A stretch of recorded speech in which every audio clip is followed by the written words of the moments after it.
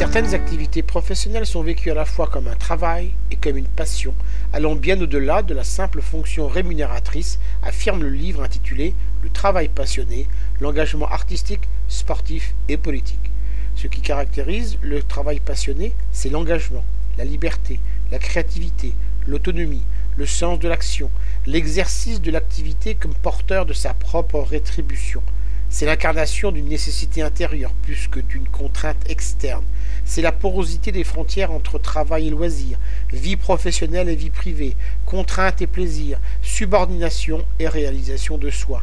C'est l'occasion d'un épanouissement hors norme, non conventionnel et loin de la routine qui caractérise trop souvent le travail salarié.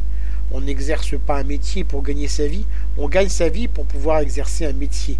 Où se situe la limite entre trop et pas assez de passion dans son travail? Le travail passionné peut se montrer invasif, colonisant l'espace domestique, débordant la vie familiale et le temps libre. L'engagement passionné peut ne pas être reconnu et gratifié à la hauteur des efforts investis, constituant alors un puissant facteur explicatif de souffrance au travail. Sans compter que la valorisation de l'individualité et la glorification de l'engagement peuvent être vues comme une attente sociale de plus en plus prégnante et une forme ostentatoire d'affirmation de soi, déniant ainsi le travail dans ses dimensions statutaires, juridiques et monétaires.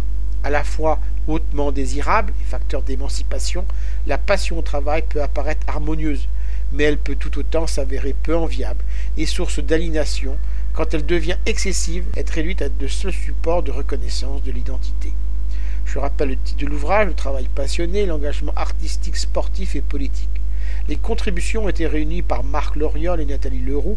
Il a été publié aux éditions RS en 2015 et vendu au prix de 18 €. Vous pouvez retrouver le texte de cette critique dans le numéro 1194 de Lien Social. Il est consultable sur le site du journal www.lien-social.com.